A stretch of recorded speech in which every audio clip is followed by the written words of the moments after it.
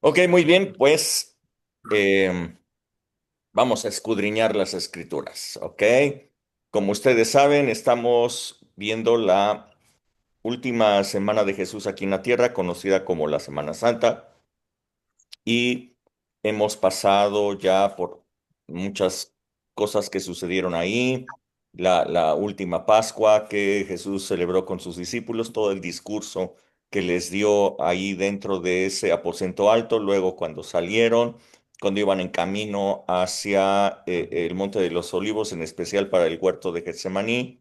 ah, y ha terminado este discurso y Jesús ora por sus discípulos y una vez que ha orado por sus discípulos, llega al huerto, ora él en este momento de tristeza, de tentación que él estaba teniendo, lo estuvimos analizando, lo estuvimos viendo y llegamos al punto que vamos a hablar hoy acerca de el arresto de Jesús. Entonces, me propongo leer estos pasajes para que todos tengamos la misma información. Eh, em, entonces, a ver, ay, estoy perdido. Ya no sé ni qué estoy picando aquí. Ok, permítanme compartirles. Ok, aquí tenemos el pasaje de donde hemos venido tomando todo que es Lucas, que es el evangelio que fue escrito cronológicamente. Entonces dice Lucas. Mientras él aún hablaba, se presentó una turba, y el que se llamaba Judas, uno de los 12, iba al frente de ellos y se acercó hasta Jesús para besarle. Entonces Jesús le dijo: Judas, ¿con un beso entregas al Hijo del Hombre? Viendo los que estaban con él lo que había de acontecer, le dijeron: Señor, heriremos a espada. Y uno de ellos hirió a un siervo del sumo sacerdote y le cortó la oreja. Entonces respondió Jesús y dijo: Basta ya, dejad. Y tocando su oreja le sanó. Y Jesús dijo a los principales sacerdotes y a los jefes de la guardia del templo y a los ancianos que habían venido contra él: como contra un ladrón han salido con espadas y palos, habiendo estado con ustedes cada día en el templo, no extendieron sus manos contra mí, mas esta es su hora y la potestad de las tinieblas. Ok, voy a leer Mateo, el relato de Mateo. Él dice: mientras todavía hablaba, vino Jesús, vino Judas, uno de los 12, y con él mucha gente con espadas y palos de parte de los principales sacerdotes y de los ancianos del pueblo. Y el que le entregaba le había dado señal diciendo: al que yo besare, a ese prendedle. Y enseguida se acercó a Jesús y le dijo: Salve, maestro, y le besó. Y Jesús le dijo: Amigo, ¿a qué vienes? Entonces se acercaron y echaron mano a Jesús y le prendieron. Pero uno de los que estaban con Jesús, extendiendo la mano, sacó la espada e hiriendo a un siervo del sumo sacerdote, le quitó la oreja. Entonces Jesús le dijo: Vuelve tu espada a su lugar, porque todos los que tomen espada a espada perecerán. ¿Acaso piensas que no puedo orar a mi Padre y que Él no me daría más de 12 legiones de ángeles? Pero, ¿cómo entonces se cumplirían las escrituras de que es necesario que así se haga? En aquella hora dijo Jesús a la gente: como contra un ladrón ustedes han venido con espadas y palos para prenderme. Cada día me sentaba con ustedes enseñando en el templo y nunca me prendieron. Mas todo esto sucede para que se cumplan las escrituras de los profetas. Entonces todos los discípulos, dejándole, huyeron. El relato de Marcos dice así: Luego, hablando él aún, vino Judas, que era uno de los 12, y con él mucha gente con espadas y palos, de parte de los principales sacerdotes y de los escribas y de los ancianos. Y el que le entregaba les había dado señal diciendo: al que yo besare, a ese prendedle y llevadle con seguridad. Y cuando vino, Se acercó luego a él y le dijo, Maestro, maestro, y le besó. Entonces ellos le echaron mano y le prendieron. Pero uno de los que estaban allí sacando la espada hirió al siervo del sumo sacerdote, cortándole la oreja. Y respondiendo Jesús les dijo, como contra un ladrón ustedes han salido con espadas y con palos para prenderme. Cada día estaba con ustedes enseñando en el templo y no me prendieron, pero es así para que se cumplan las escrituras. Entonces todos los discípulos, dejándole, huyeron. Y finalmente, el relato de Juan, en el Evangelio de Juan, dice así. Habiendo dicho Jesús estas cosas, salió con sus discípulos al otro lado del torrente de Cedrón, donde había un huerto en el cual entró con sus discípulos. También Judas, el que le entregaba, conocía aquel lugar porque muchas veces Jesús se había reunido allí con sus discípulos.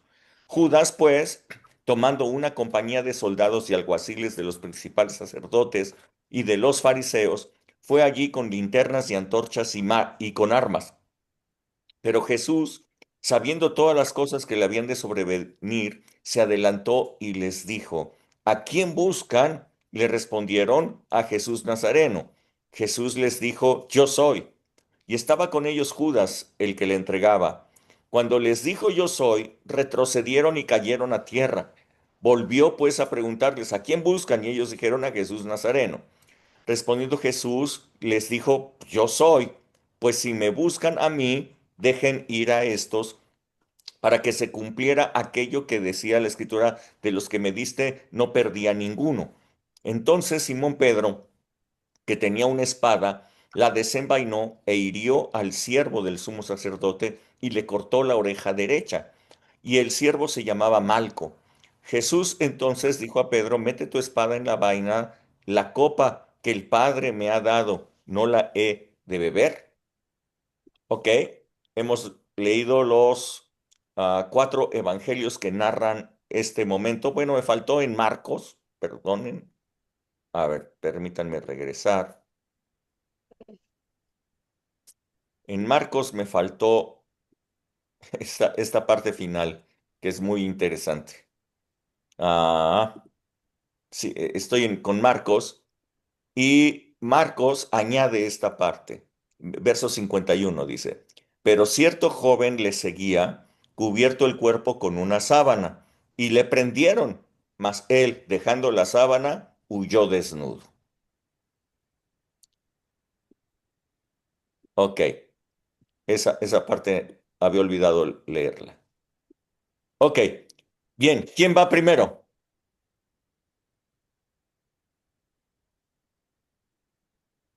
Ahora sí, nadie. A ver, Vamos, yo, bien, Hilda. Venga.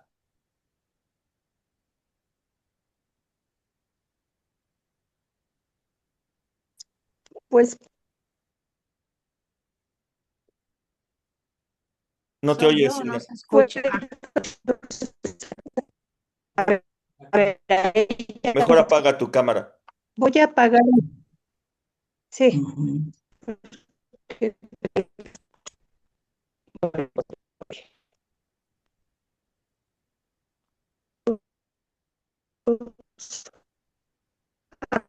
ahí ya, No, ¿por qué no has No, apagado tu cámara?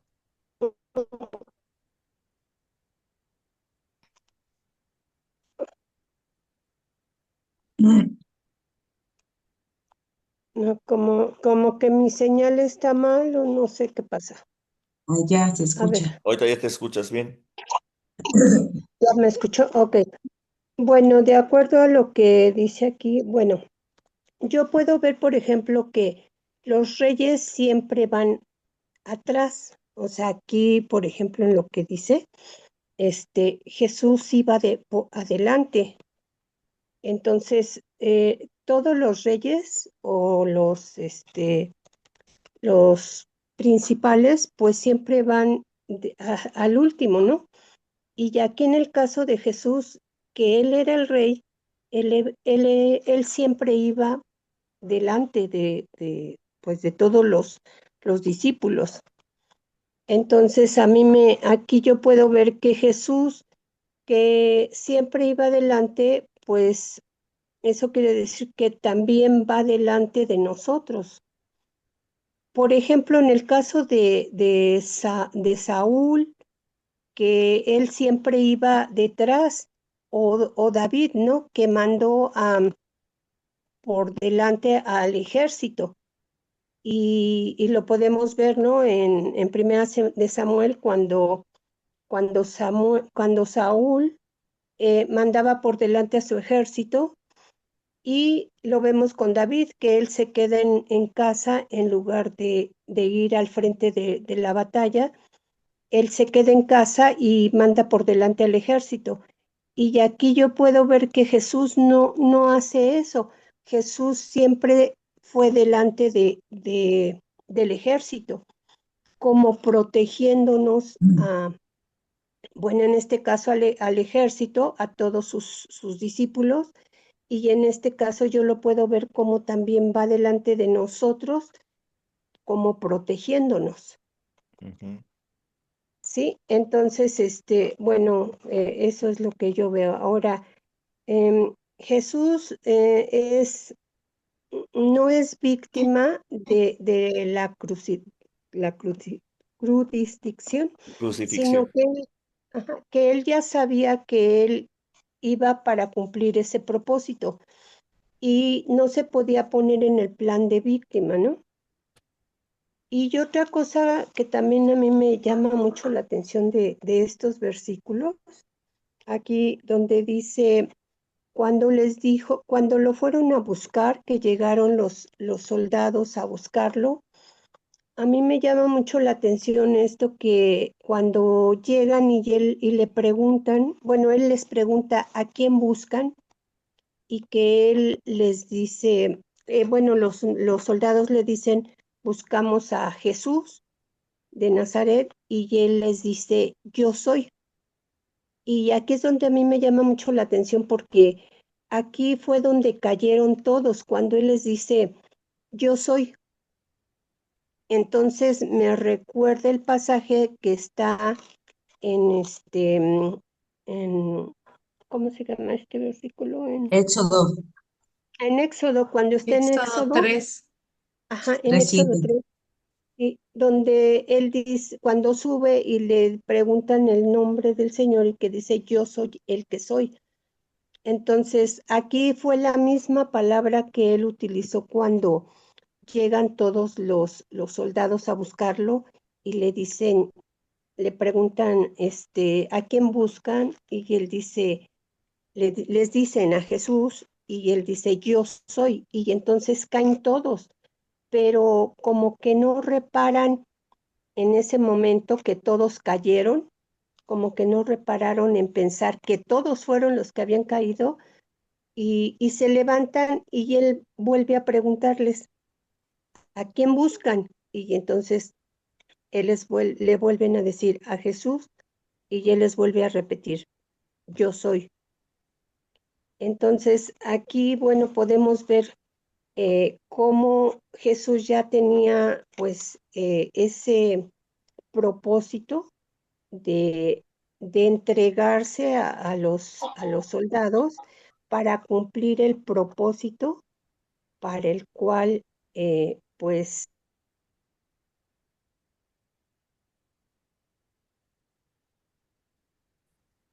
Ya se pasmó, Sí, ya sé. ya se pasmó. Es que tenía frío, por eso se congeló. Ya se quedó pasmada. Avísale. Ok. No, no regresa. No. Se me hace que ya la sacó. Bueno, Ajá. ¿alguien más A que ver, quiera continuar? ¿cómo ves? Yo, Órale, vamos, Vianey. bueno, a lo mejor es que lo hice como que lo hice un poco en desorden, pero bueno, unas partes, ¿no? Entonces, bueno, a ver, le voy a seguir con lo que estaba comentando Hilda de cuando dice que yo soy. que yo también ahí me lo mostró, que fue en Éxodo 3:7, dijo luego el Señor: bien he visto la aflicción de mi pueblo que está en Egipto, y he oído su clamor a causa de sus exactores, pues he conocido sus angustias, y he descendido para librarlos de mano de los egipcios y sacarlos de aquella tierra a una tierra buena y ancha, a tierra que fluye leche y miel, a los lugares del cananeo, del eteo, del amorreo, del fereceo, del heveo y del jebuseo. El clamor, pues, de los hijos de Israel ha venido delante de mí, y también he visto la opresión con que los egipcios los oprimen. Ven, por tanto, ahora, y te enviaré a Faraón para que saques de Egipto a mi pueblo, los hijos de Israel. Entonces Moisés respondió a Dios: ¿quién soy yo para que vaya a Faraón y saque a Egipto a los hijos de Israel? Y él respondió: ve, porque yo estaré contigo, y esto te será por señal de que yo te he enviado. Cuando hayas sacado de Egipto al pueblo, servirás al Dios sobre este monte. Dijo Moisés a Dios: he aquí que llego yo a los hijos de Israel y les digo: el Dios de sus padres me ha enviado a ustedes. Si ellos me preguntaran cuál es su nombre, ¿qué les responderé? Y respondió Dios a Moisés: yo soy el que soy. Y dijo: así dirás a los hijos de Israel: yo soy, me envió a ustedes. Además, Dios le dijo a Moisés: así dirás a los hijos de Israel: Jehová, el Dios de sus padres, el Dios de Abraham, Dios de Isaac y Dios de Jacob, me ha enviado a ustedes. Este es mi nombre para siempre, con él se me recordará por todos los siglos, ¿no? Entonces ahí está hablando de que, pues, es el nombre de Dios, y pues cuando Jesús lo dijo, pues es el impacto que causó en los que lo estaban arrestando y cómo cayeron. Entonces, ellos sabían realmente el significado de ese nombre, ¿no? Al pronunciar yo soy, fue como cuando se lo mostró a Jesús, que Moisés es un tipo de Jesús. Entonces, Dios sabe la necesidad tan grande que nosotros tenemos para salvar a la humanidad, así como Él le dijo aquí a Moisés, ¿no? Que los iba a librar del Eteo, del Heveo, del Jebuseo, de todos ellos. Pues igual el sacrificio de Jesús era necesario para rescatarnos de ese Egipto, de un tipo de pecado del pasado, este, llevarnos a un mejor lugar. Era necesario una tierra buena, una tierra ancha, tierra donde fluye leche y miel, comer y beber de él es comer de él, beber de él y habitar en su presencia, ¿no? Realmente, entonces, vemos que cuando Jesús se enfrenta el arresto, él no permitió que arrestaran a sus discípulos, aún en las circunstancias en las que él se encontraba, esas circunstancias difíciles, él no mintió. Definitivamente pudo haber huido como Moisés cuando mintió, no, perdón, como Pedro, ¿no? Que lo negó y eso, o que se escondió. Entonces, él no, él los enfrentó realmente, y vemos que también, no solo eso, les brindó la seguridad a sus discípulos y les dijo: yo soy, yo aquí, él sabía que había llegado su momento, había llegado el momento de enfrentar esta copa, la copa, porque que le había dicho, cuando dijo Pedro, ¿no? Que le cortó la oreja, y él dijo: pues, voy a beber esta copa, ¿no? Dice: la copa que me ha dado el Padre no la he de beber. Y Jesús le demuestra que creer en la verdad de la vida eterna valió la pena, ¿no? Realmente el sufrimiento, ¿no? Entonces, aquí cuando le dijo a Nicodemo, en Juan 3:13, Juan 3:13, al 15 dice, nadie subió al cielo. No sé si, bueno, aquí lo apunté, dice, nadie subió al cielo, sino el que descendió del cielo, el Hijo del Hombre que está en el cielo.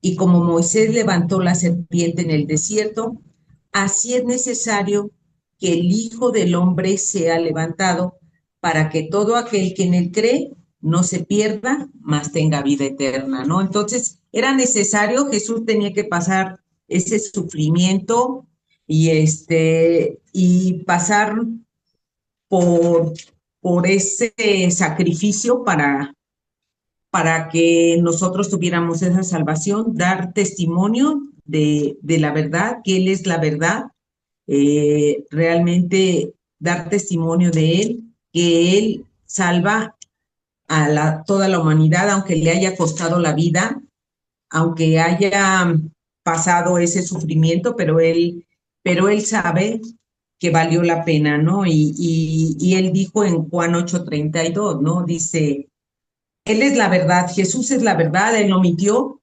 él enfrentó la situación, él es la verdad, dice, y conocerás la verdad y la verdad te hará libre. En 8:32 dice, al conocerlo podemos quitarnos ese yugo, porque casi como dice, mi yugo es fácil y ligera es mi carga. Él nos hace sentir más ligeros realmente, aunque tengamos alguna situación adversa, vemos que en Él somos libres, Él nos ha dado una vida de seguridad. Eh, Él dijo, no se dan cuenta, es mejor que muera un hombre.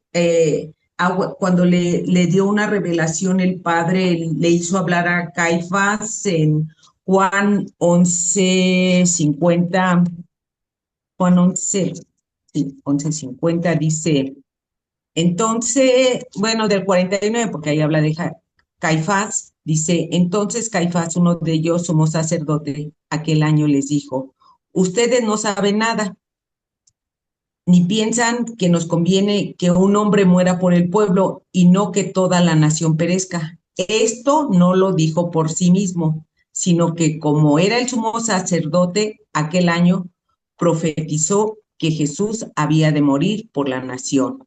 Entonces esto se lo reveló el Padre a Caifás, realmente le hizo saber que Jesús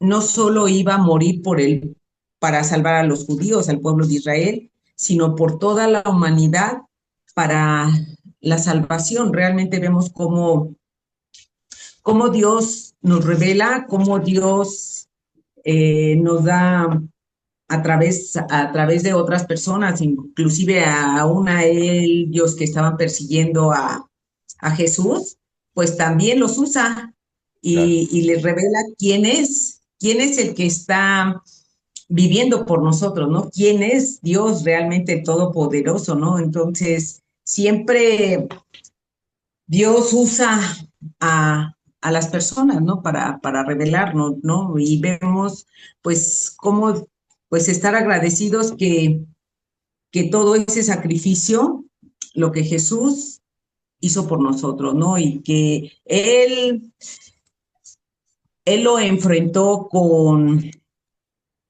la seguridad de que nosotros tendríamos la vida eterna y que además dijo, no, o sea, ninguno se iba a perder, ¿no? O sea, guardé a los que tú me diste, le dijo al Padre, ¿no? Entonces, y a los que me habías de dar, ¿no? También, como cuando él hizo la oración, ¿no? Entonces, él siempre tenemos esa seguridad de que ese sacrificio que él hizo por nosotros nos da esa paz que sobrepasa todo entendimiento, ¿no? Y como el Señor se dio en sacrificio por nosotros, a pesar de que, el, de que muchos realmente no creyeron en Él, pero a Él no le costó trabajo dar su vida por nosotros y guardarnos y darse en sacrificio.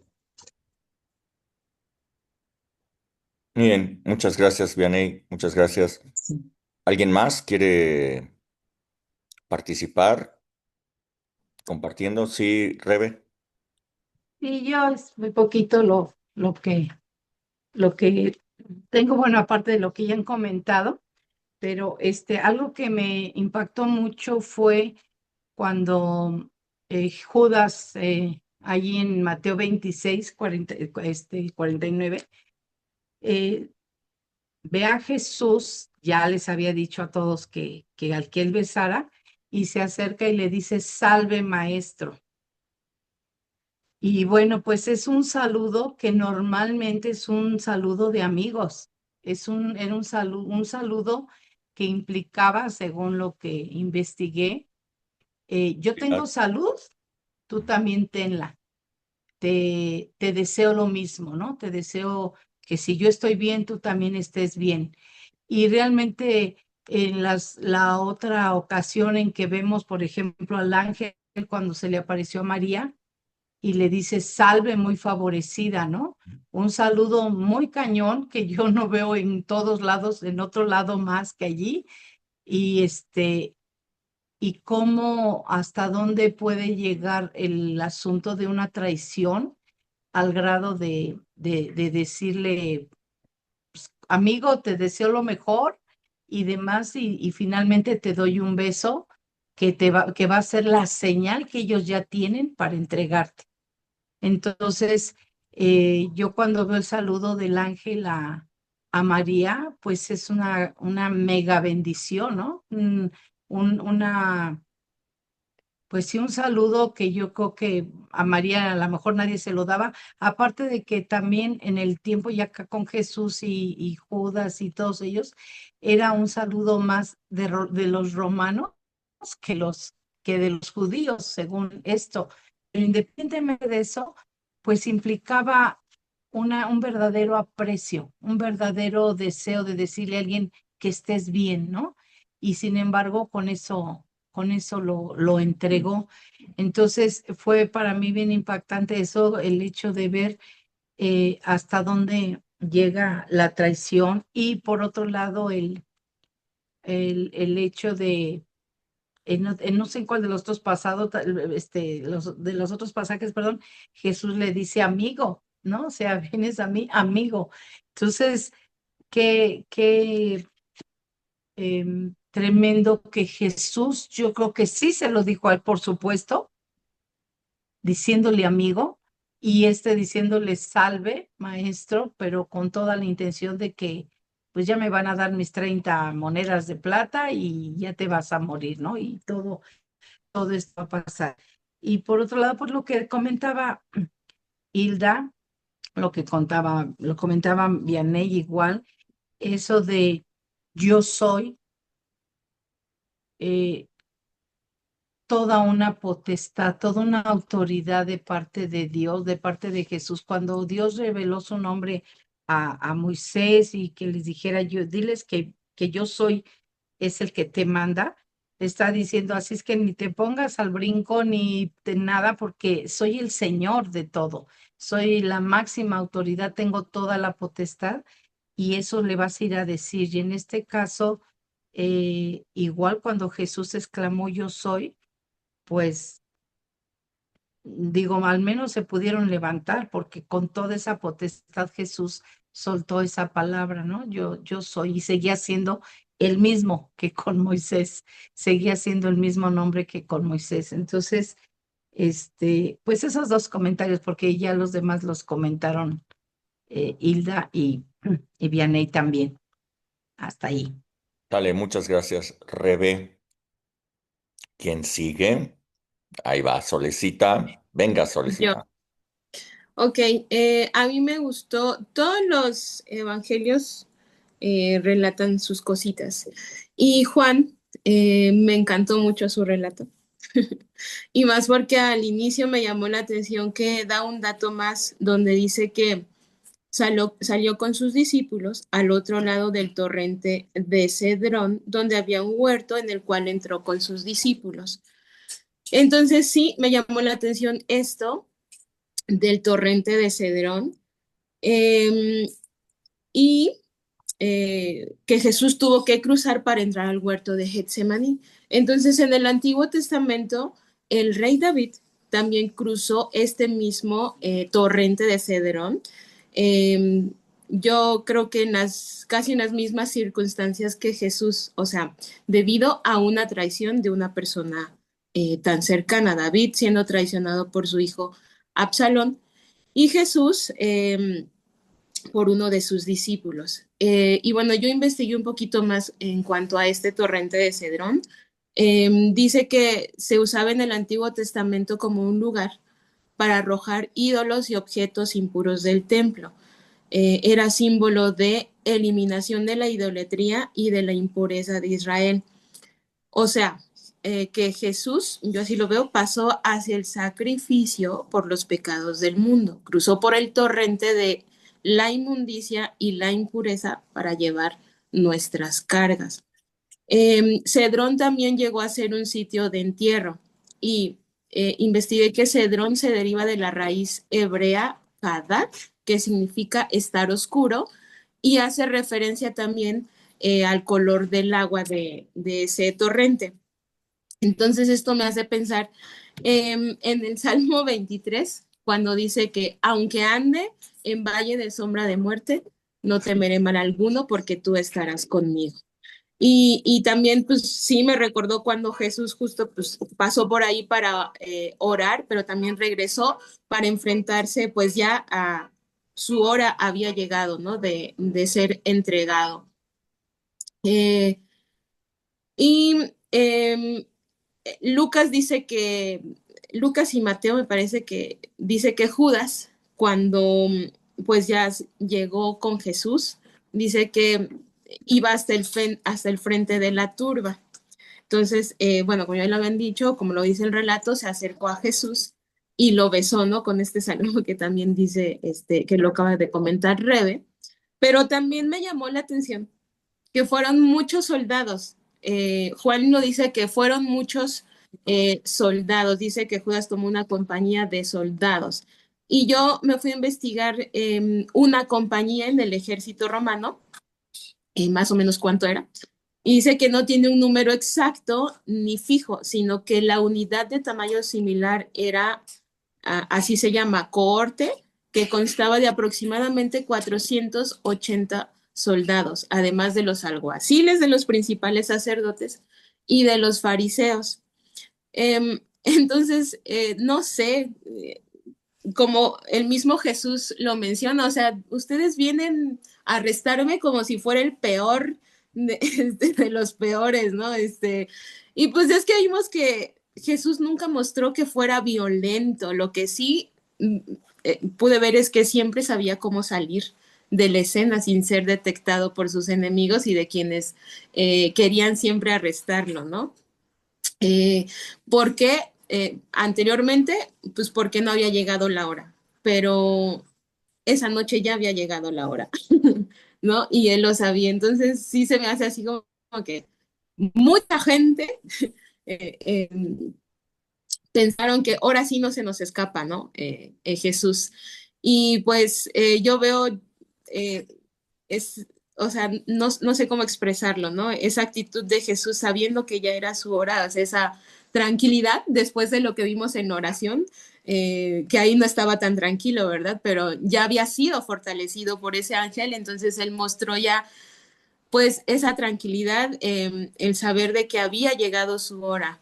Eh, y bueno, tanto así que él se adelantó. Él fue quien les preguntó. En el relato de Juan nos dice que él fue el que se adelantó y que les preguntó a quién estaban buscando. Y sí, también ahí me llamó la atención eso de cuando dicen el yo soy, ¿no? Pero antes de eso, eh, Jesús pues no fue arrestado, él dio su vida por voluntad propia para glorificar al Padre, cumpliendo su voluntad y por amor a todo el mundo. Entonces él fue voluntariamente. Y eh, cuando dice a los soldados les da la respuesta de, pues yo soy, ¿no? Y cayeron, retrocedieron y cayeron junto con Judas, porque él iba también con ellos. Entonces, ahí yo veo dos cosas. En la forma en la que le preguntan los soldados a Jesús de, buscamos a Jesús de Nazaret, con ese nombre, Jesús de Nazaret. Y entonces me hizo recordar que ellos veían a Jesús de Nazaret como esta parte cuando también Natanael lo veía, ¿no? Y le decía a Felipe, ay, ¿a poco? Cuando le decía a Felipe, es que hemos encontrado al Mesías, ¿no? Del que tanto estamos esperando, ¿no? Y Natanael le dice, ay, ¿a poco de Nazaret puede salir algo bueno? O sea, como menospreciando que de esa región o de ese pueblo podía salir algo bueno. Entonces, no sé, me hizo como hilarlo ahí de que pues los soldados y todos los que estaban ahí, también Judas, pues no creían, obviamente, ¿no? Que él era el Mesías y lo despreciaban y decían, ay, es de Nazaret, ¿cómo crees? O sea, nada bueno puede salir de ahí. Pero la contestación de Jesús me deja ver esa identidad que él tiene. Él les dice, yo soy. Y si recuerdan, en la parte de Juan nos ha mostrado como las facetas, no sé cómo decirlo, de Jesús, ¿no? Jesús, el Espíritu Santo, Jesús era el Padre. Jesús es el yo soy, ¿no? Entonces muestra esta identidad ante ellos y ante nosotros. O sea, mi identidad es divina. Yo soy Dios, ¿no? Con tan solo decir esta palabra, el poder que salió, que pues todos ellos cayeron, que es un nombre que es para siempre y por todos los siglos. Y bueno, cuando se pusieron otra vez de pie, les volvió a preguntar lo mismo. La respuesta de ellos fue la misma, buscamos a Jesús, ¿no? Y él dice, yo soy. Y como me buscan a mí, tienen que dejar ir a mis discípulos. Y yo lo veo como, no es como que por favor dejen ir a mis discípulos, llévenme a mí. No lo veo como que una petición, sino como más bien, no sé si llamarlo así, una orden o un mandato hacia ellos, justo para que se cumpliera esa parte, ¿no? De a los que tú me diste, no se perdieron. Y también lo veo como un acto de protección para sus discípulos. Como bien decían, esta Hilda, él iba adelante, ¿no? En esta ocasión Jesús iba adelante o ponía esa comparación, ¿no? El rey iba atrás, lo protegían, ¿no? Para que no le hicieran nada por si alguien quería hacerle daño, pero esto es precioso de saber que Jesús estaba protegiendo a sus discípulos y de saber que tenemos esa protección, de decir quién está delante de nosotros, pues es el gran yo soy, ¿no? El que nos protege, el que está peleando a favor de nosotros. Entonces, como así lo mencionan las escrituras, pues a sus discípulos no les tocaba en ese tiempo ser apresados ni sufrir ningún daño, sino que era Jesús quien tenía que tomar esta copa que le fue dada por el Padre y que él la tomó voluntariamente. Y bueno, vemos esta parte en donde Pedro también muy arrebatadamente le corta la oreja a uno de los siervos. Yo pensaba que había sido a uno de los soldados, ¿no? Dije, ay, qué valiente Pedro.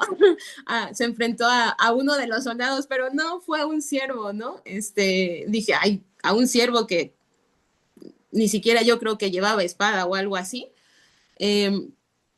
Pero me parece que en Mateo, en Lucas, en uno de los evangelios, Jesús les estaba como recordando que cuando los había enviado a predicar en su nombre, a echar fuera demonios, a llevar las buenas noticias, él les dijo que en esa primera ocasión no llevaran bolsa, ni alforja, ni calzado, y pues nada les iba a hacer falta.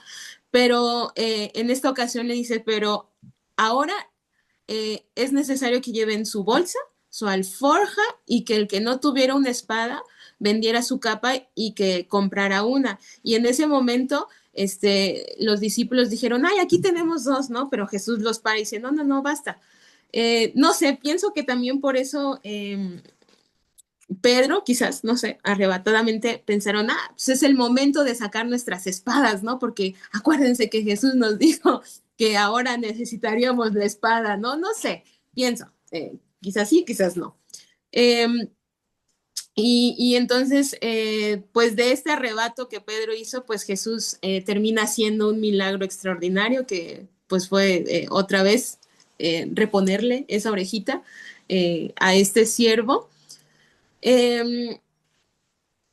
Y Jesús en esta parte de Juan, me encanta como, no sé si es Juan en donde, o Lucas, donde le dice, ay, o sea, no manches, o sea, acabas de ver eh, lo que hice, ¿no? De cuando ellos dijeron que buscamos a Jesús y dijeron, yo soy, y se cayeron al suelo, ¿no? Pero también les dice que todo estaba bajo su control porque le dice, o sea, tú piensas que no puedo orar al Padre y que puede enviar una legión, 12 legiones, dijo, 12 legiones de ángeles para salvarlo. Y me encanta estos números que da Jesús porque con la información que saqué, que eran más o menos 480 soldados, o sea, sí, o sea, fácilmente él podía hacerlo, pero Jesús le dice, esto tiene que suceder.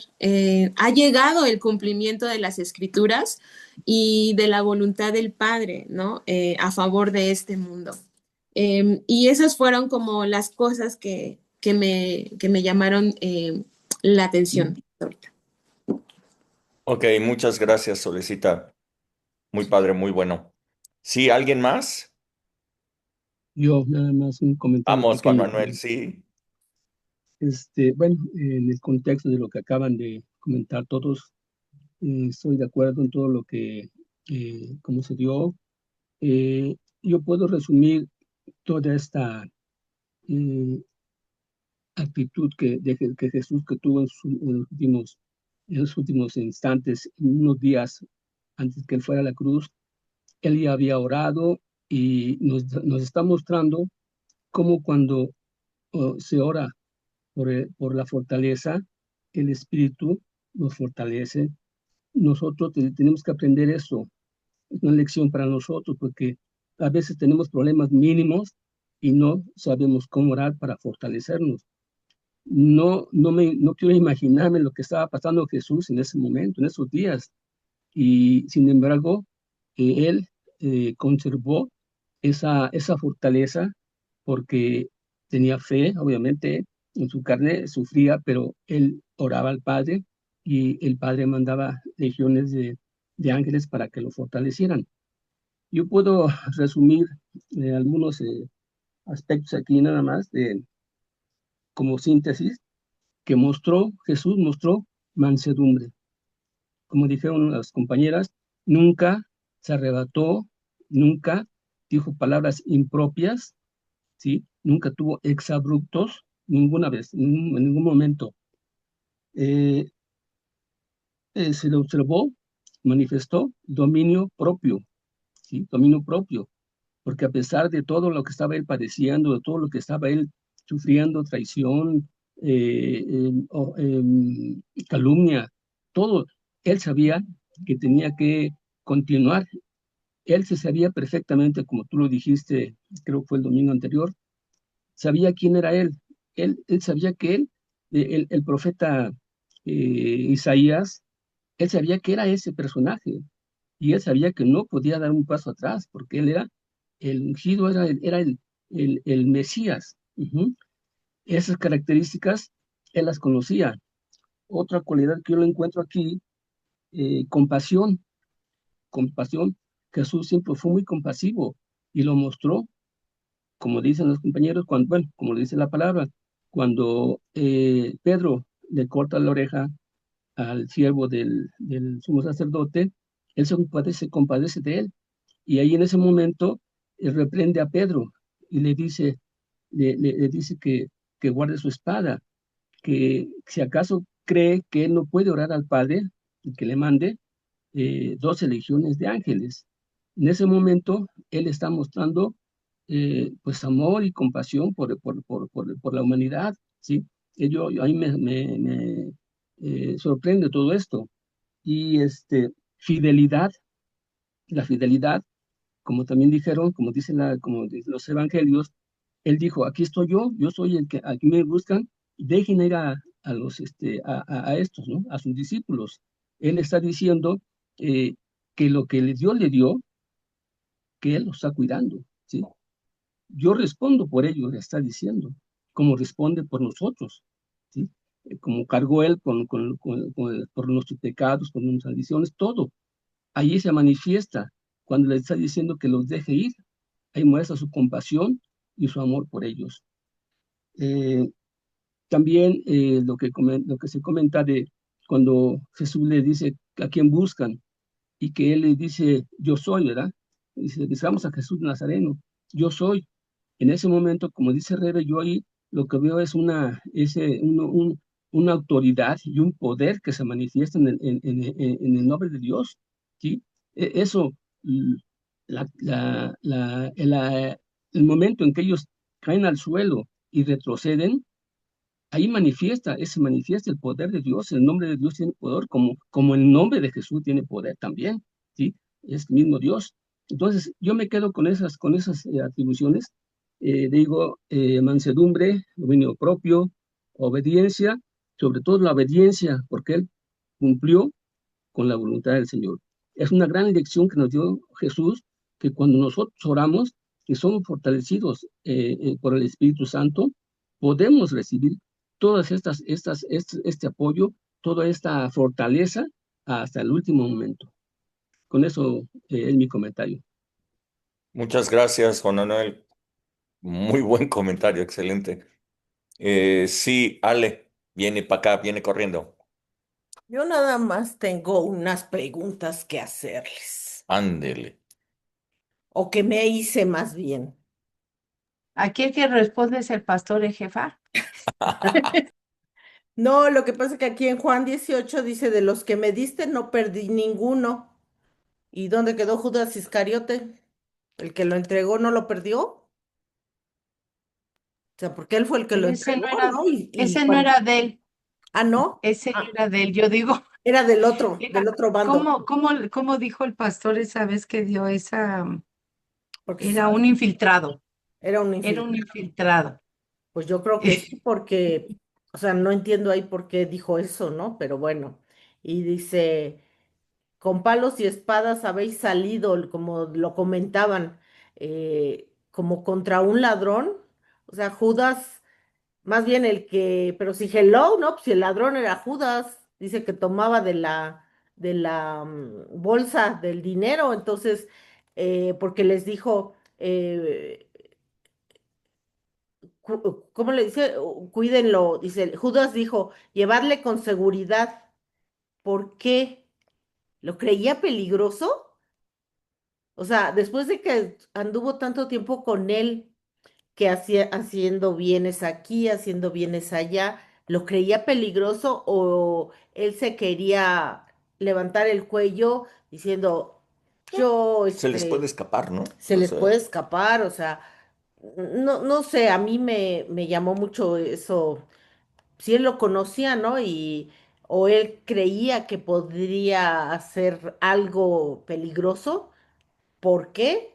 Como dijeron, ¿no? Llevaban armas, armas ahí que, como para qué si él nunca, como lo mencionaron, nunca dio muestras de de ser bélico. sublevación o de ser peligroso, pero bueno, ¿no? Y decía Pedro, corta la oreja a Malco, y Jesús dijo, vuelve tu espada a su lugar, porque todos los que tomen espada, a espada perecerán. Entonces, pues tómala, ¿no? Porque, qué grueso, porque algo que ahí yo veo como que se nos puede revertir, algo que tú estés haciendo y como lo dice la palabra, todo lo que siembres, eso cosecharás. Entonces, ¿qué tanto estás cosechando? ¿Qué tanto estás haciendo tú, enjuiciando al otro, o tomando tu espada y sacando el juicio hacia el otro? Y realmente a lo mejor al que estás enjuiciando es a ti mismo, ¿no? te estás matando a ti mismo, ¿no? Al tomar esa espada, dice, porque los que tomen espada, a espada perecerán. Dice, y la copa que el Padre me ha dado, ¿no la he de beber? Pues sí, él le dice, deja que esto se cumpla porque, para que se cumplan las escrituras, deja que esto suceda para que se cumplan las escrituras. Y como lo habíamos visto en creo que fue la sesión pasada o la antepasada, que habla precisamente de la copa, ¿no? Que ha de beber. Dice, si pase de mí esta copa, pero no sea como yo, sino como tú. Y, y aquí lo que yo veo es que muchas veces la gente nos critica porque uno está haciendo algo y pues uno casi les puede contestar que no lo he de beber, no he de hacer esto, no he de pasar esto, no he de atravesar esto. Mm, Si es que el Padre es lo que me ha dado a hacer, si es lo que el Padre me ha llevado por ese camino, yo voy a dejar esa copa, voy a saltarme ese obstáculo para no sufrir o qué debo de hacer, ¿no? O sea, estas cuestiones a mí me movieron mucho el tapete y dije, pues sí, Jesús no era ningún ladrón, él quería hacer la voluntad del Padre y los demás, ahí yo creo que les hubiera dicho también Jesús, em, quítense de aquí, de mí, Satanás, apártense de mí, Satanás, porque la copa que me ha dado mi Padre no la he de beber, o sea, yo vengo a cumplir un propósito, yo vengo a hacer un propósito que el Padre me envió y todos ustedes están chillando y ya están tratando de evitar que yo logre ese propósito, que yo tome esa copa. Y pues hasta aquí mi reporte, Joaquín. Somos el equipo 4. Gracias. Gracias, gracias. ¿Alguien más quiere compartir algo? ¿No? Bueno, ahí voy yo. Ah, bueno, hemos leído las cuatro narrativas y de esas cuatro narrativas yo saco algunas conclusiones, muchas de ellas las mismas que ustedes han tomado. La primera conclusión es que nadie le quitó la vida a Jesús, sino que él la puso, él la entregó. En estas cuatro narrativas nosotros podemos ver a Jesús diciendo lo que han dicho todos: ¿acaso no creen que pueda pedir al Padre hasta 12 legiones de ángeles? Pero entonces, ¿cómo se cumplirían las escrituras? La segunda es que él dice, la copa que el Padre me ha dado no la he de beber. Así es que, bueno, Jesús, después de haber orado, ahí en el huerto de Getsemaní, recibió la confirmación, la fortaleza, recibió la firme convicción de que la copa, es decir, el sacrificio y la voluntad del Padre eran lo mismo, por lo cual él aceptó avanzar hacia el propósito para el cual había sido enviado. Jesús dijo estas palabras, Juan 10:17. Permítanme ponérselos acá, Juan 10:17. Ah, perdón, déjenme poner. Ah, ¿dónde estás?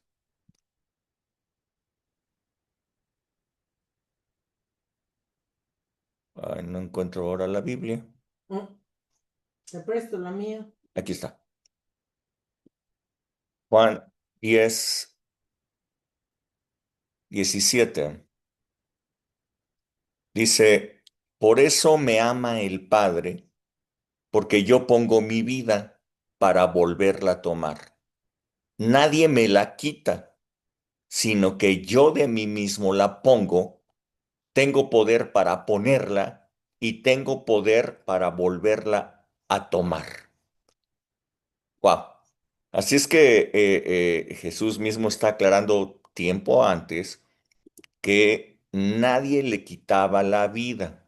Esto es importante porque a lo largo de la historia, muchos cristianos han acusado a los judíos de haber matado a Jesús.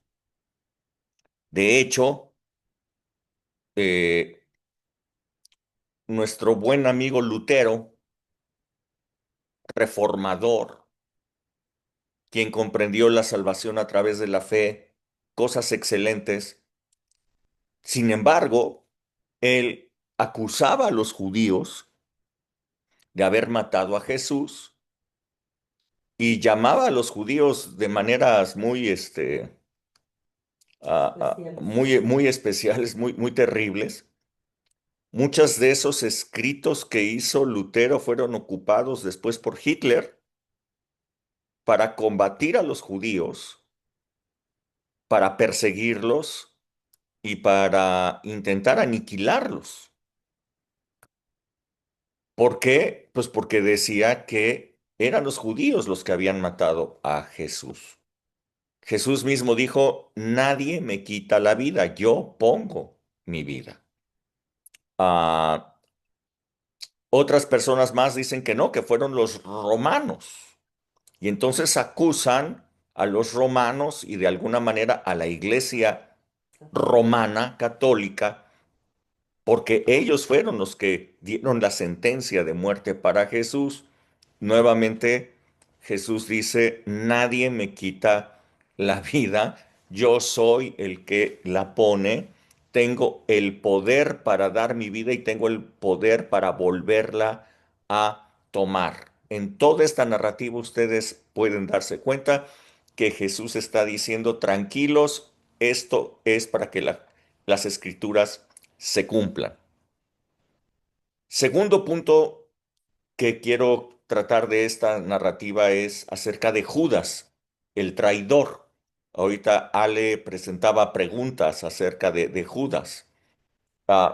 ¿Qué podemos decir acerca de él? Si todo esto ocurrió para que la escritura se cumpliera, por ejemplo, les presento el Salmo 41:9. Ah, permítanme, Salmo 41:9.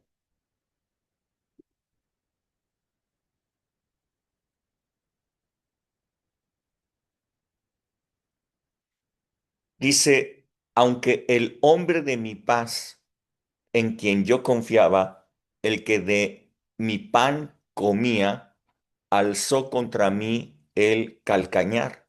Aún el hombre de mi paz, en quien yo confiaba, el que de mi pan comía, alzó contra mí el calcañar. Wow.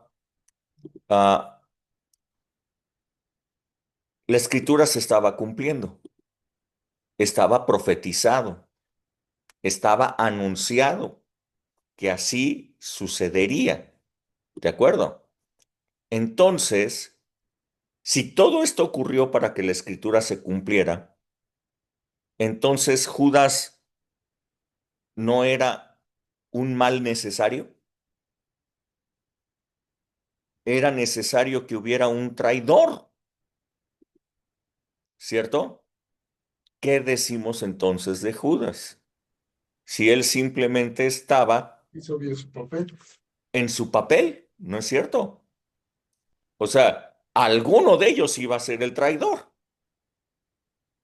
Judas fue el traidor. La pregunta que nace inmediatamente es, pues si simplemente se están cumpliendo las escrituras, había sido anunciado que habría un traidor, bueno, pues Judas fue ese traidor. Entonces, ¿es culpable? ¿Es culpable de esto? ¿Estaba cumpliendo simplemente un papel proféticamente anunciado? ¿Qué podemos decir al respecto de Judas? Porque ya los hice pensar, ya están ustedes ahí diciendo, ya, caray, ¿cómo es esto, no? Sí, bueno, ¿qué diremos de él? Bueno, pues que aunque estaba profetizado, Judas actuó libremente y fue su decisión traicionar a Jesús.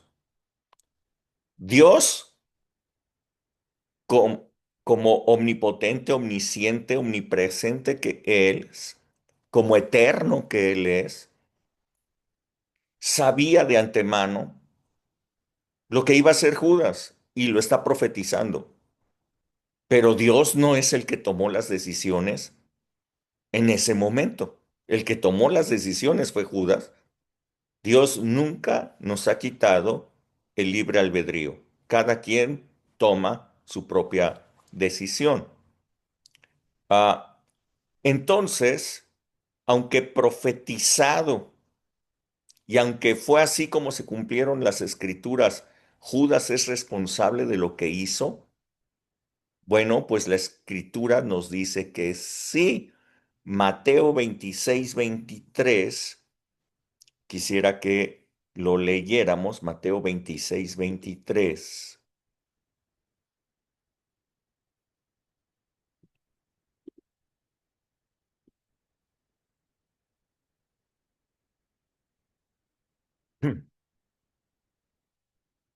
Ah, de cierto les digo que uno de ustedes me va a entregar, dijo Jesús. Y entristecidos en gran manera, comenzó cada uno de ellos a decirle, ¿seré yo, Señor?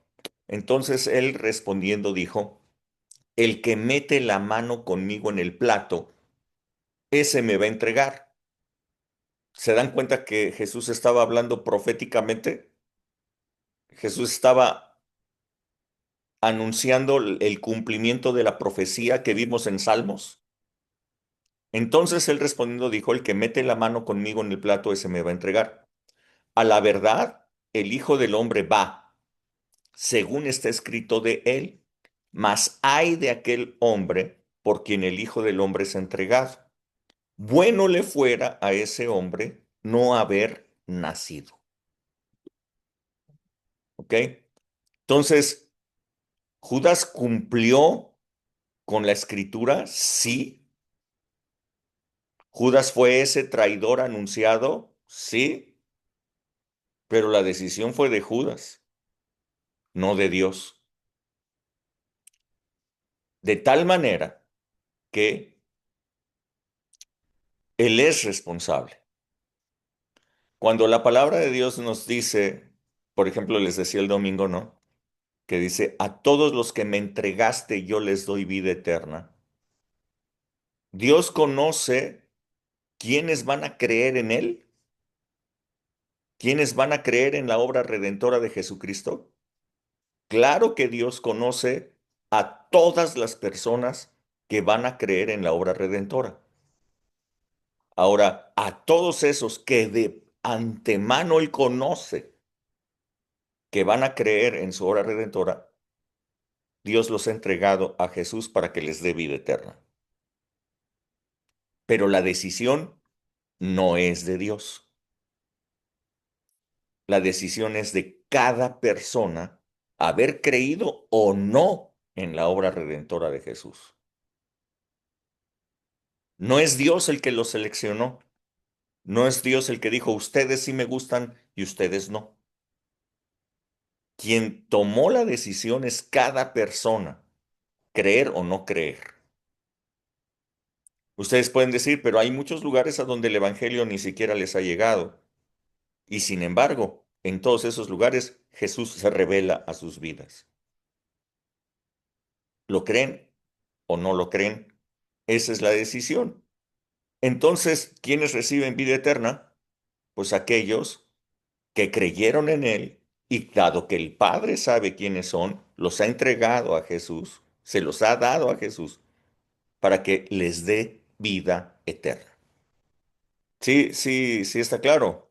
Esta es una parte importante porque muchísima gente igualmente dice, bueno, si Judas simplemente tomó un rol profético, simplemente cumplió las escrituras, fue el personaje antes anunciado que iba a serlo, pues ¿por qué tiene la culpa? O sea, no tendría culpa alguna. Ese es el razonamiento. No, no.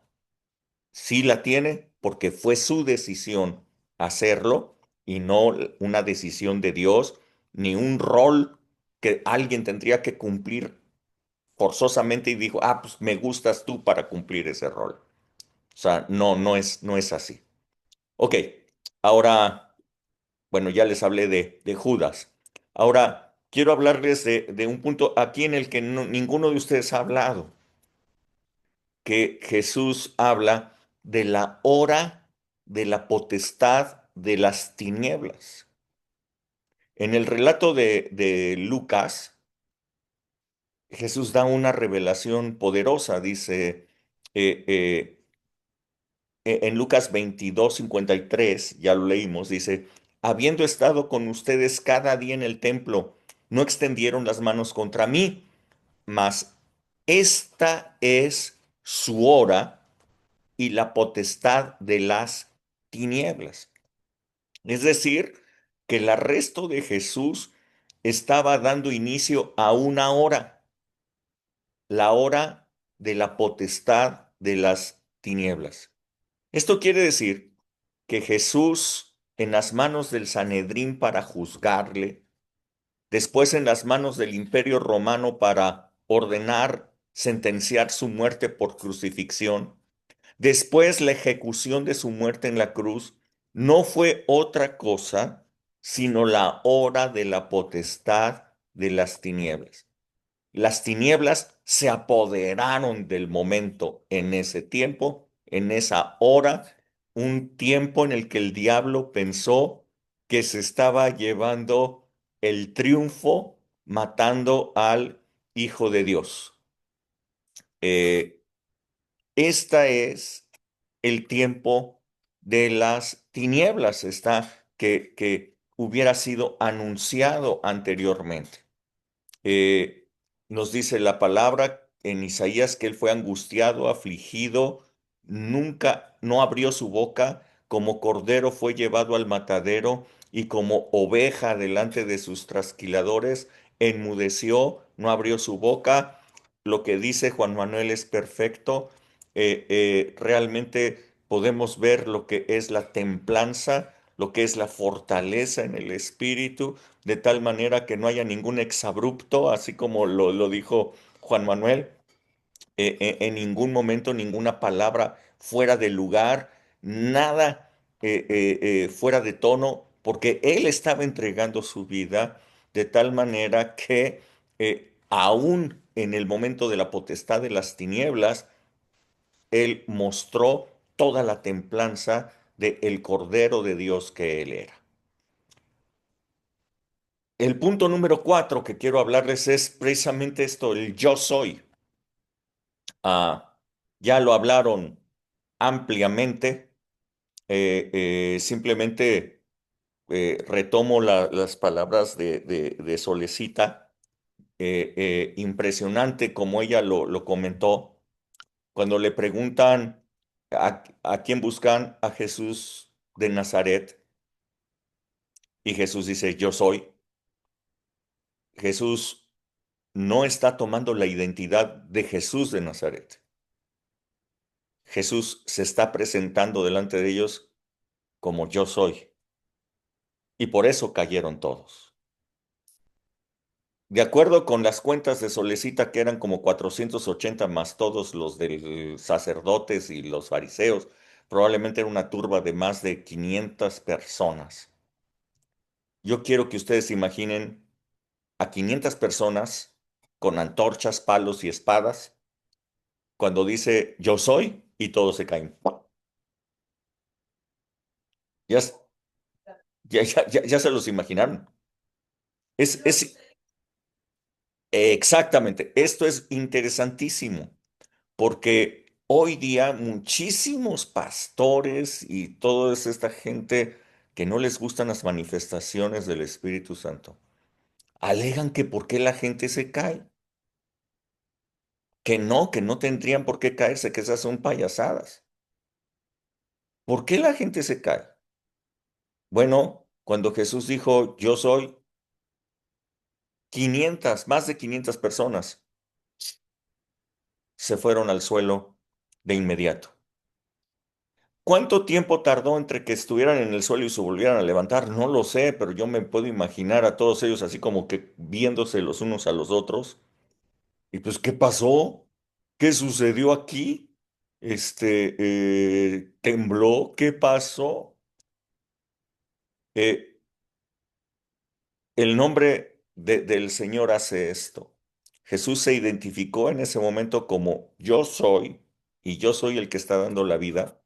Yo soy el que está siendo entregado en propiciación por los pecados. Ya no es Jesús de Nazaret, es yo soy, es el gran yo soy. Y el gran yo soy entregándose a sí mismo a la potestad de las tinieblas, para rescatarnos a todos nosotros de la potestad de las tinieblas y trasladarlos a su luz admirable. Este es el rescate. Jesús se entregó a la potestad de las tinieblas para sacarnos a todos nosotros de la potestad de las tinieblas y llevarnos a su luz admirable. Todos huyeron y dejaron solo a Jesús. Número 5. Jesús, podemos verlo como bien decía Hilda desde el inicio, que Él va al frente y aún en ese momento Él está cuidando de su gente. Él está cuidando de sus discípulos. Él va al frente de nosotros. Cuando nosotros estamos haciendo la obra, Él va al frente de nosotros. Podemos estar en peligro, pero Él va al frente de nosotros. Nunca nos deja. Él siempre está con nosotros. Él no se queda atrás, Él va al frente. Y entonces los defiende hasta el final. Y todos huyeron y lo dejan solo. No es una cuestión de mala onda, sino que Él tenía que enfrentar solo el propósito para el cual había sido enviado. El propósito no era colectivo. El propósito para el cual había sido el enviado era único. Él es el que tenía que morir, Él es el que tenía que cargar el pecado de todos nosotros, no sus apóstoles, no sus discípulos. Era Él y solamente Él el que tenía que hacerlo. Así es que tenían que dejarlo solo. Y finalmente el punto número 6 que quiero relatarles es en el relato de Marcos, el joven que huyó desnudo, ¿no? Esto es chistoso. De todos los relatos del arresto de Jesús, destaca en el relato de Marcos la historia de un joven que estaba allí cubierto solamente con una sábana y que cuando quisieron arrestarle, pues salió corriendo desnudo y escapó. Los historiadores atribuyen que esta es una especie de autobiografía. Ningún otro evangelio lo relata sino solamente el de Marcos, porque con toda seguridad era él mismo el que escapó de esa forma. En ese momento Marcos era apenas un muchacho que seguramente estuvo espiando todo lo que sucedía desde que estuvieron en el aposento alto tomando la última Pascua.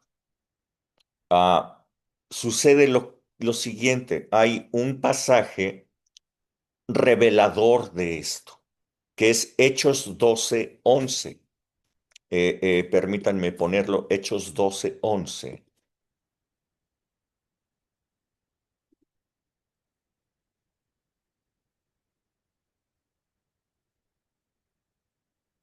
Se los estoy poniendo en la pantalla. Entonces Pedro, volviendo en sí, dijo: Ahora entiendo verdaderamente que el Señor ha enviado su ángel y me ha librado de la mano de Herodes y de todo lo que el pueblo de los judíos esperaba.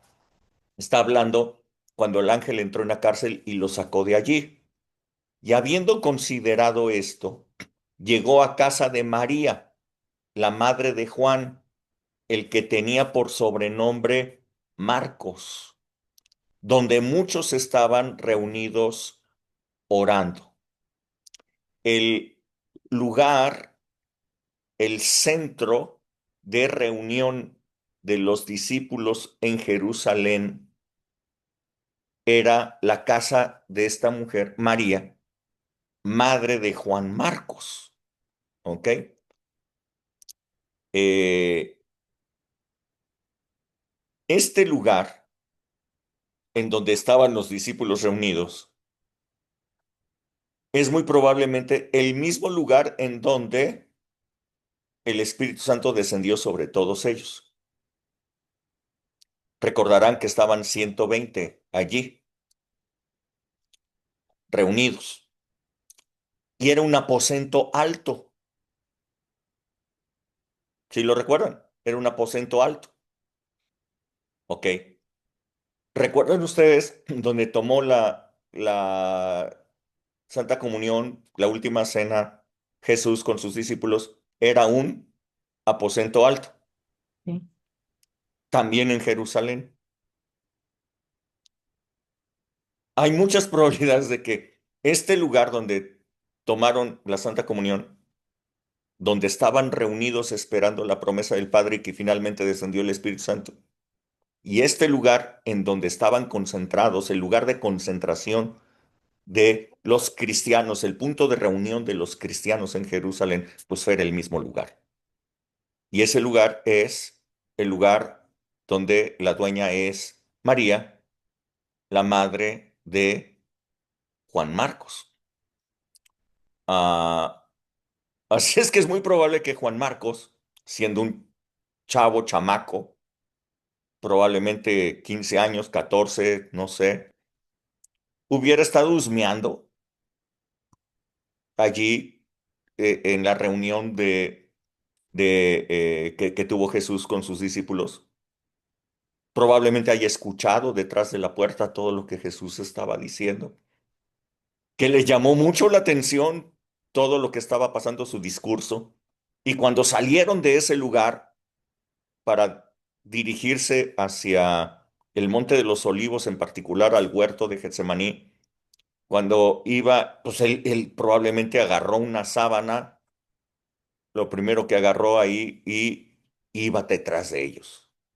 Este, ¿A dónde iban? ¿Qué iban a hacer? Probablemente escuchando. Llegó al huerto de Getsemaní y estuvo allí. Fue testigo presencial de que Jesús estuvo orando, de que sus discípulos se durmieron. eh, eh, y después del arresto, testigo presencial. Y salió huyendo, corriendo, desnudo. Es muy particular este relato porque nos relata muchísimo del origen de este muchacho que finalmente es el que hizo el primer evangelio, quien escribió el primer evangelio dirigido hacia los gentiles. Ahora, ustedes pueden ver Juan Marcos, su mamá, pues tenía esta hacienda, esta casona enorme allí en Jerusalén, que no solamente tenía la capacidad de tener en un primer piso a 120 personas, sino que tenía, no sé, un patio, algo por el estilo, en donde estaban reunidos los cristianos. Era el centro de reunión de los cristianos, no era el templo, era la casa de esta mujer. Y esta mujer era una mujer rica, una mujer que tenía gran influencia política, porque aún en medio de persecución y en medio de todo podía defender a los cristianos. Los tenía albergados en su casa. Eh, Dice la palabra que había varias mujeres que servían a Jesús con sus bienes. ¿Ok? Eso lo dicen los evangelios, ¿ok? Había mujeres dentro del ministerio de Jesús que el servicio que hacían era servirlo con sus bienes.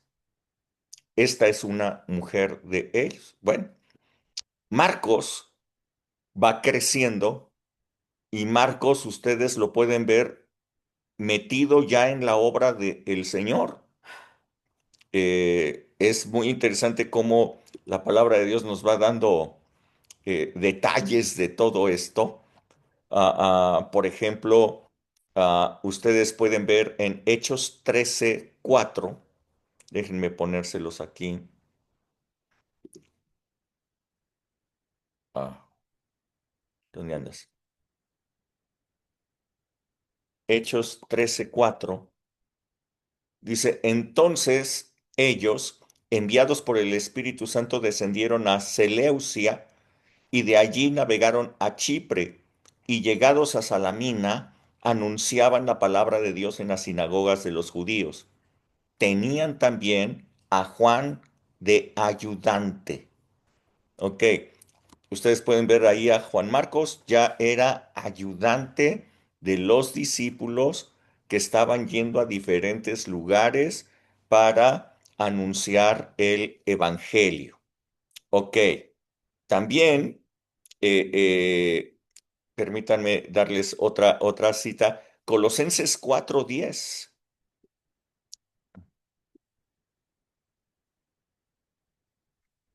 Colosenses 4:10 dice, Aristarco, mi compañero de prisiones, le saluda, y Marcos, el sobrino de Bernabé.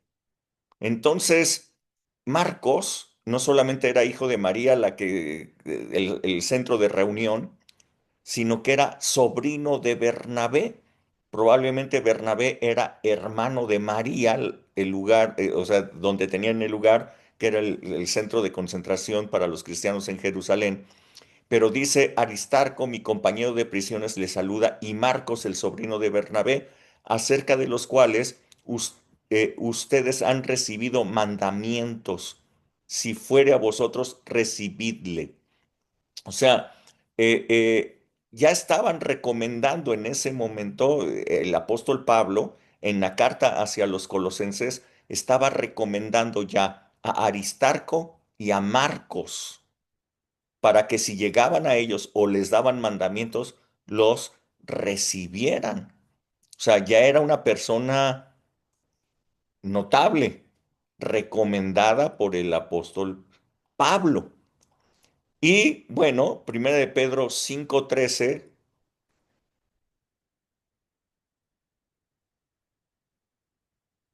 ah, dice el apóstol Pablo, la iglesia que está en Babilonia, elegida juntamente con ustedes, y Marcos, mi hijo, les saludan.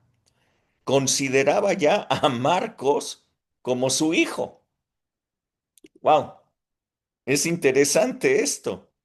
Eh, eh, de allí que muchos piensan que el Evangelio de Marcos son las memorias de Pedro,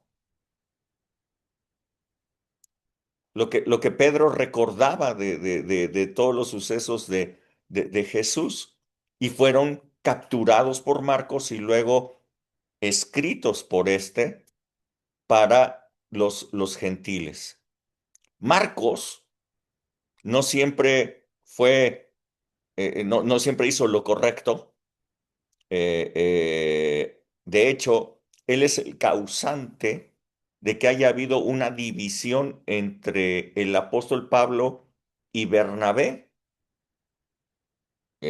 Veanlo ustedes, les doy el texto bíblico. Hechos 15:36.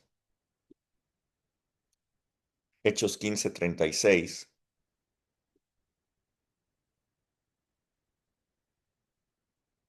Oh, permítanme un momento porque no puse la Biblia. Otra vez pongo cosas que no.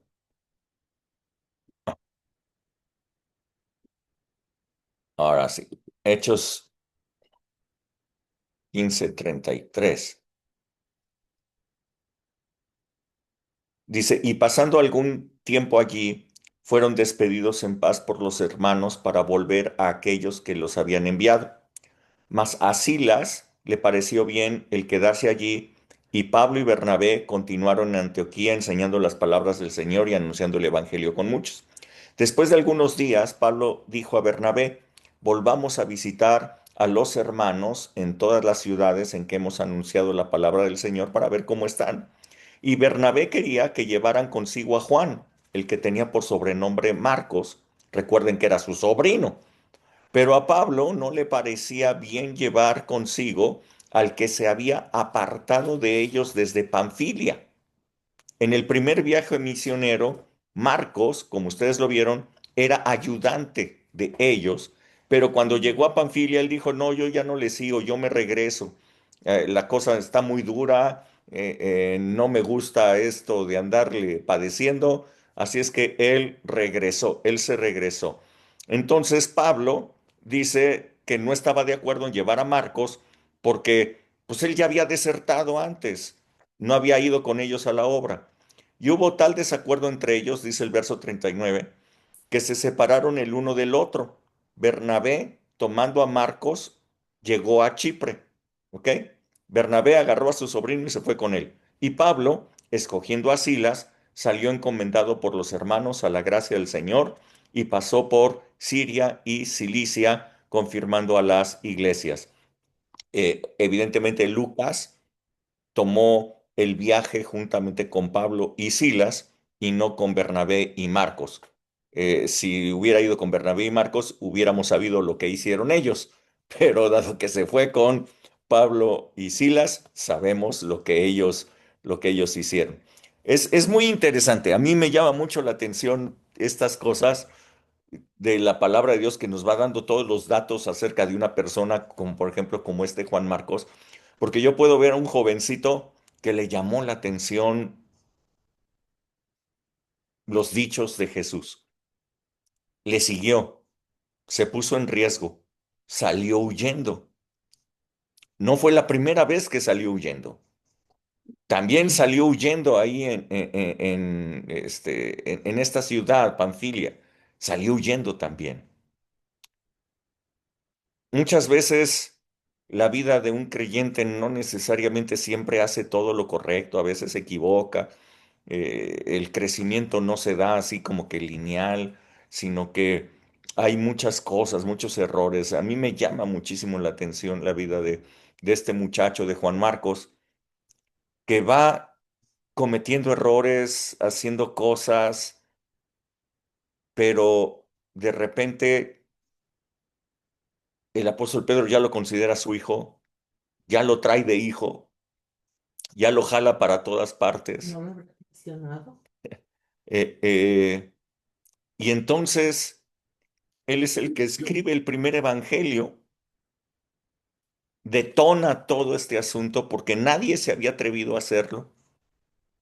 Mateo, inmediatamente después de Marcos, escribe el evangelio agregándole todas las citas bíblicas y todo esto para dedicarlo a los hebreos. De hecho, el evangelio de Mateo fue escrito en hebreo. Eh, Evidentemente el de Marcos, el de Lucas, el de Juan, todos fueron escritos en griego.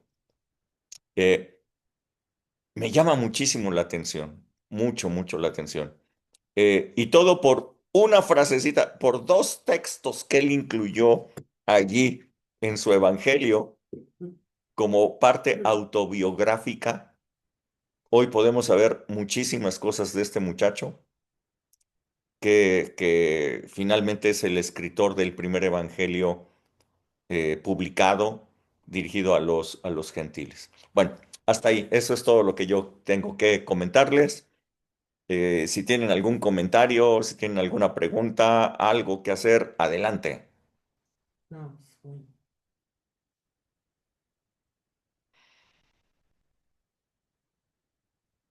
Nada, nadota.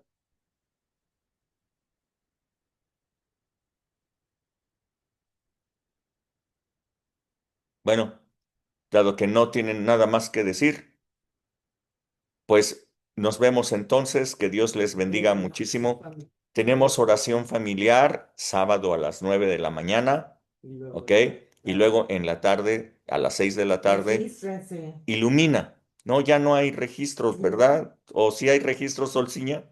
No, ya no. No, O sea, el que se registró, ya no lo van a dejar pues entrar. sí va, pero el que no se registró, ¿qué?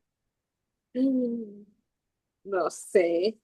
Bueno, Es que el registro lo queríamos justo para eso, para los materiales y shalala, el conteo, ¿no? Interno que teníamos. Pero igual y sí, pueden llegar todavía, los que Pero los gusten. que no se registraron no les das material, Sufren la posibilidad de que no alcancen material. aunque lleguen temprano, les dices, pues espérense hasta que lleguen los registrados. Sí, seguramente. De espera. Yo diría es esto, mira, mira. A ver. Todos los registrados pueden entrar al salón. Los no registrados que se queden en los inflables. Ok, ¿Estás de acuerdo? ok, Ok, va, vale, pues. va, va, Sale. va. Que Ya. Dios les bendiga muchísimo. Va. Nos estamos viendo. Bendiciones. Bye bye. Bye. Ay, es